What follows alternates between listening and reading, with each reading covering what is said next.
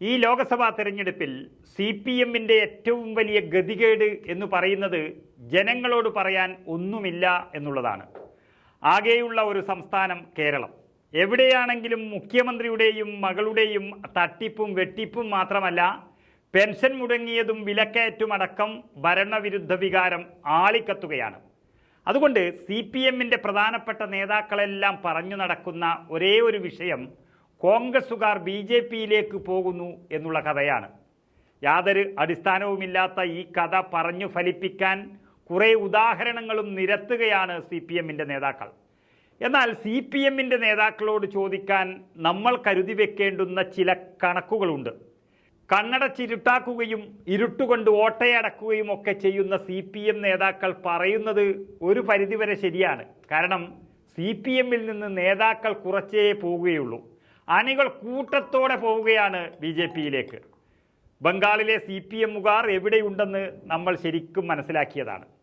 അതിനേക്കാളും വലിയ ദൃഷ്ടാന്തമാണ് ത്രിപുര നമുക്ക് നൽകുന്നത്.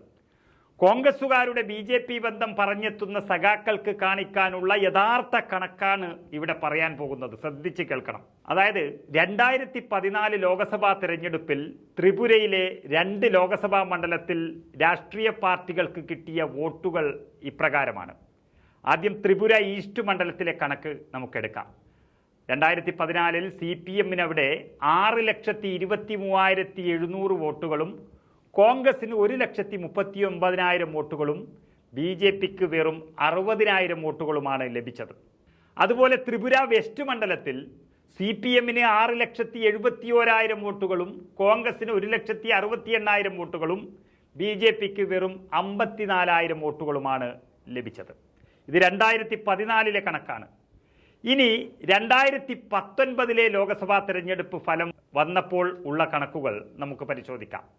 ത്രിപുര ഈസ്റ്റിൽ BJP നേടിയത് 64,000 വോട്ടിൽ നിന്ന് 4,80,000 വോട്ടിലേക്ക് BJP എത്തി. കോൺഗ്രസ് 1,69,000 വോട്ടുണ്ടായത് 2,77,000 വോട്ടായി വർദ്ധിച്ചു. CPM 6,4 ലക്ഷം വോട്ടുണ്ടായിരുന്നിടത്ത് 2 ലക്ഷം വോട്ടായി ചുരുങ്ങി. അതേപോലെ ത്രിപുര വെസ്റ്റിൽ BJP 50,000 വോട്ടിൽ നിന്ന് 5,73,000 വോട്ടിലേക്ക് കുതിച്ചു. കോൺഗ്രസ് ആണെങ്കിൽ 1,25 ലക്ഷം വോട്ടിൽ നിന്ന് 2,67,000 വോട്ടിലേക്ക് ഉയർന്നു. CPM ആണെങ്കിൽ ഇതേ പറഞ്ഞ 6 ലക്ഷം വോട്ടിൽ നിന്ന് 1,71,000 വോട്ടിലേക്ക് ചുരുങ്ങിയിരിക്കുന്നു. നമ്മളൊന്ന് നോക്കണം എത്ര ഭീകരമായ വോട്ടിംഗ് ഷിഫ്റ്റാണ് നടന്നിരിക്കുന്നത് എന്ന്. 2014 നിന്നും 2019 എത്തുമ്പോൾ ത്രിപുര ഈസ്റ്റ് മണ്ഡലത്തിൽ ആ കാലയളവിൽ CPMന് കുറഞ്ഞത് 4.5 ലക്ഷത്തോളം വോട്ടുകളാണ് നഷ്ടപ്പെടുത്തിയിരിക്കുന്നത്. BJPക്ക് കൂടിയതും ഏകദേശം അതേ 4.5 ലക്ഷം വോട്ടുകളാണ്.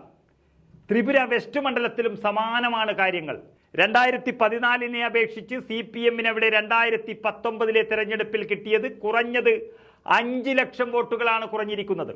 BJPക്ക് കൂടിയത് അതേ 5 ലക്ഷം വോട്ടുകളാണ്. കോൺഗ്രസ് 2 മണ്ഡലങ്ങളിലും വോട്ട് വർദ്ധിപ്പിച്ച് മിനിമം 1 ലക്ഷം വോട്ടുകളാണ് കോൺഗ്രസ് 2 മണ്ഡലങ്ങളിലും വർദ്ധിപ്പിച്ചത്. 2014 ലോക്സഭാ തെരഞ്ഞെടുപ്പിൽ 5 ലക്ഷത്തിൽ പരം വോട്ടിന് 2 മണ്ഡലങ്ങളും ജയിച്ച CPM 2019 അതിഭീകരമായ വോട്ട് മാറ്റിച്ചെയ്യൽ സംഭവിച്ച് 3ാം സ്ഥാനത്തായി മാറിയിരിക്കുന്നു. ആ വോട്ടുകളെല്ലാം പോയത് BJPയിലേക്കാണ്.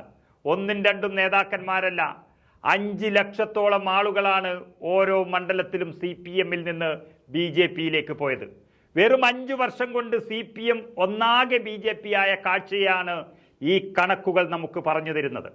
കേരളത്തിലെ ജനങ്ങൾ മനസ്സിലാക്കേണ്ടുന്ന ഒരു കാര്യം, CPMന് കൂട്ടത്തോടെ BJP ആകാൻ കഴിയുമെന്ന് അവരുടെ പൊന്നാപുരം കോട്ടയായ 2 സംസ്ഥാനങ്ങൾ രാജ്യത്ത് തെളിയിച്ചു കഴിഞ്ഞു.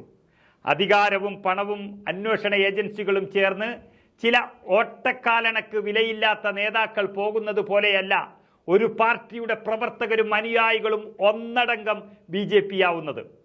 CPMനെ അന്ധമായി വിശ്വസിക്കരുത് എന്ന് ത്രിപുര നമ്മെ പഠിപ്പിക്കുകയാണ്.